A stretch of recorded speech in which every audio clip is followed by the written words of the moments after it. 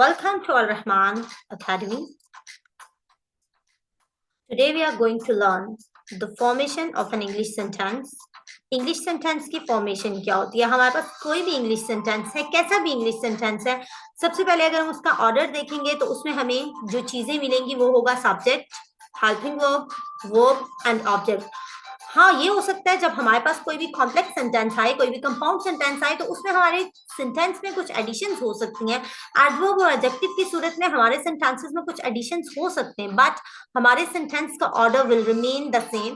तो keep this thing in your mind कि हमेशा से एक English sentence it will be comprised of subject, helping verb, verb and object. और इनका ऑर्डर भी ऐसे ही रहेगा कि फर्स्ट ऑफ ऑल हमारा लगेगा सब्जेक्ट, सब्जेक्ट के बाद आ जाएगा हेल्पिंग वर्ब के बाद वर्ब एंड देन ऑब्जेक्ट. तो फॉर दिस हम लोगों को पता होना चाहिए कि what is a subject, what is a helping verb, what is a verb and what is an object. So इन चीजों को समझने के लिए let's go forward. First of all we have the subject. Subject को डिफाइन कैसे किया जाए, हमारे लिए सब्जेक्ट की डेफिनेशन क्या होगी? So here we have three definitions. First is one who performs an action, जो कि किसी एक्शन को परफॉर्म करता है, किसी एक्टिविटी को परफॉर्म करता है, एंड इन सिंपल वर्ड्स जो कोई काम करता है. Second definition is doer of an activity, किसी भी एक्टिविटी का डूअर, किसी भी एक्टिविटी को करने वाला. And we have the third definition, person or thing being discussed or described. कोई भी person या कोई भी चीज जिसके बारे में बात की जा रही है, जिसको डिस्कस किया जा रहा है, जिसके बारे में बताया जा रहा है, is called the subject. तो according to these three definitions, we have few examples. अब उन एग्जाम्पल्स में हम देख लेते हैं कि सब्जेक्ट क्या है, और इन डेफिनेशंस के अकॉर्डिंगली हम अपने सब्जेक्ट को समझने की कोशिश करेंगे. So first of all, we have an example. Children are playing football. Here, according to first example, one who performs an action. So here the action is playing, खेलना. तो who is playing? Basically, children are playing. बच्चे खेल रहे हैं, तो subject children है. The next example is Hina stitches clothes. अब here activity stitching, stitch करना, सिलाई करना, और उनको सिलाई कौन करता है? Here we have Hina. Ab Hina is the subject because Hina performs the action and the action is stitching. और अगर हम देखें तो stitching एक action है और इसकी doer है Hina. तो here Hina is the subject according to the first two definitions. Third example is he will consult the doctor. अब in this example, activity या action consult, मशवरा करना. अब who will consult? He, वो, he will consult. तो अब consult activity perform करने वाला है ही, और according to the second definition consult करने वाला यानी कि डूअर जो है वो है ही. तो according to first two definitions he is our subject. And the last example is Islamabad is the capital of Pakistan. Now in this example आप देखिए we have no action, no activity. Islamabad we have Islamabad, we have capital, we have Pakistan, we have is, we have of. अब इन सब words में से there is no activity, no action. Now in this sentence, what is the subject? Let's check the third definition. Person or thing being discussed or described. कोई भी चीज जिसके बारे में बात की जा रही है, जिसको बताया जा रहा है, जिसको डिस्कस किया जा रहा है. तो इन दिस सेंटेंस क्या चीज डिस्कस हो रही है? हमें बताया जा रहा है कैपिटल ऑफ पाकिस्तान क्या है? इस्लामाबाद है. So according to the third definition, Islamabad is the subject. As in last example, Islamabad को डिस्कस किया जा रहा है, इस्लामाबाद की कैपिटल को बताया जा रहा है.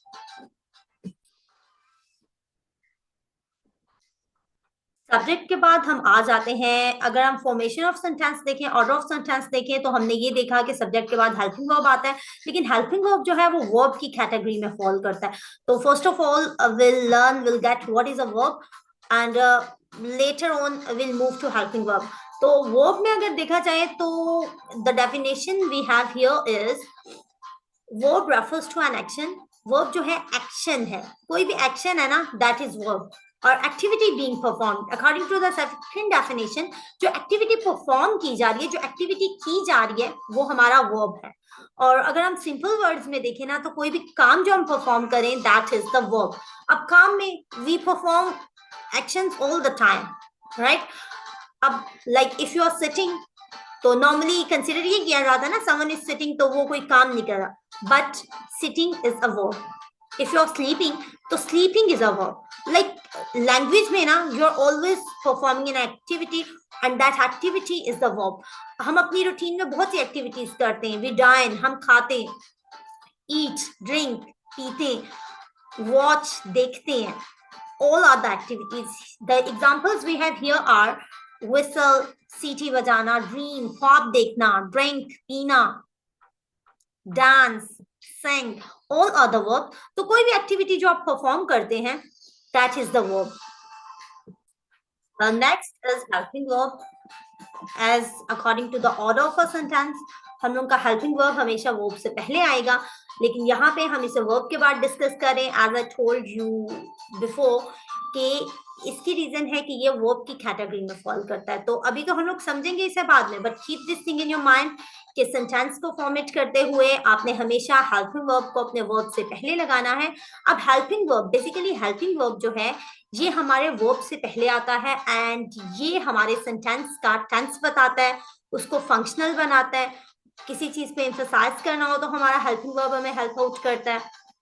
और बेसिकली ये हमें टेंस का बताता है कि जो हमारा वर्ब है, जो हमारी एक्टिविटी है या जो हमारा एक्शन है वो किस टाइम में परफॉर्म किया गया. अगर हम लोगों ने प्रेजेंट की बात की तो हम इज एम आर यूज कर सकते हैं, हैज हैव यूज कर सकते हैं, ये हेल्पिंग वर्ब्स हैं. फ्यूचर की बात करेंगे जब आप किसी चीज पे अपनी इंटेंशन बताएंगे, इरादा अपना जाहिर करेंगे, हम किसी से प्रॉमिस करेंगे तो हम विल यूज करेंगे, ये फ्यूचर को बताएगा. तो हेल्पिंग वर्ब बेसिकली, और हाँ ये इसके अलावा ये इसलिए भी यूज होता है जब हमने किसी चीज को एम्फसाइज करना हो, जैसे मस्ट या शुड. जब हम किसी चीज को एम्फसाइज कर रहे होते हैं तो हम इन चीजों को यूज करते हैं. कैन है हमारे पास, कैन हम लोग एबिलिटी को बताने के लिए यूज करते हैं. Like there are different helping verbs shown in the video, तो आप इन हेल्पिंग वर्ब्स को देख सकते हैं. All are the helping verbs. Here we are just going to know कि what is basically a helping verb. इसलिए हम लोग ज्यादा डिटेल को तो टच नहीं करेंगे, बट आपको अपने माइंड में ये रखना है कि अगर आप ज्यादा चीजों को नहीं अब्जॉर्ब कर पा रहे, आपका माइंड ज्यादा चीजों को अब्जॉर्ब नहीं कर पा रहा, तो जो सिंपल चीज you people have to keep in your mind is कि हेल्पिंग वर्ब हमें बेसिकली टेंस बताता है कि ये काम प्रेजेंट में हुआ है, पास्ट में हुआ है, फ्यूचर में हुआ है. प्रेजेंट में हुआ है तो सिंपली इज एम आर है. इज एम आर के साथ भी बहुत से हैं, लेकिन फॉर द टाइम बीइंग आप ये रख लें इज एम आर. पास्ट है तो वॉज वर है, और फ्यूचर की बात करनी है तो simply you should keep the word will in your mind. ठीक है, तो ये है हेल्पिंग वर्ब्स एंड इंशाल्लाह in the future will know कि ये हेल्पिंग वर्ब्स कैसे हम किस जगह पे यूज कर सकते हैं. And now last thing for today's lecture is object. अब ऑब्जेक्ट की definition here we have to which action is centre, यानी एक्शन जिसको सेंटर कर रहा है, जिसकी वजह से आपका एक्शन परफॉर्म हो रहा है. Here we have an example. He is reading a book. Now book is the object because book है तो reading की जा रही है ना. अगर book ही नहीं है तो one will not read, और book है तो one will read if he is a book reader. Okay? अगर book नहीं है तो definitely अगर newspaper होगा तो he will read the newspaper. अगर कोई story book है तो he will read the story. Basically object जो है it's the cause of an action हम कह सकते हैं, क्योंकि ऑब्जेक्ट है तो एक्शन होगा, ऑब्जेक्ट ही नहीं है तो एक्शन नहीं होगा. Second example is mason will build the wall. अब यहाँ पे वॉल बिल्ड करेगा मेसन, तो अब वॉल बिल्ड करनी है तो मेसन बिल्ड करेगा ना. अगर आपने कोई बिल्डिंग बिल्ड करनी है तो definitely mason will build the building.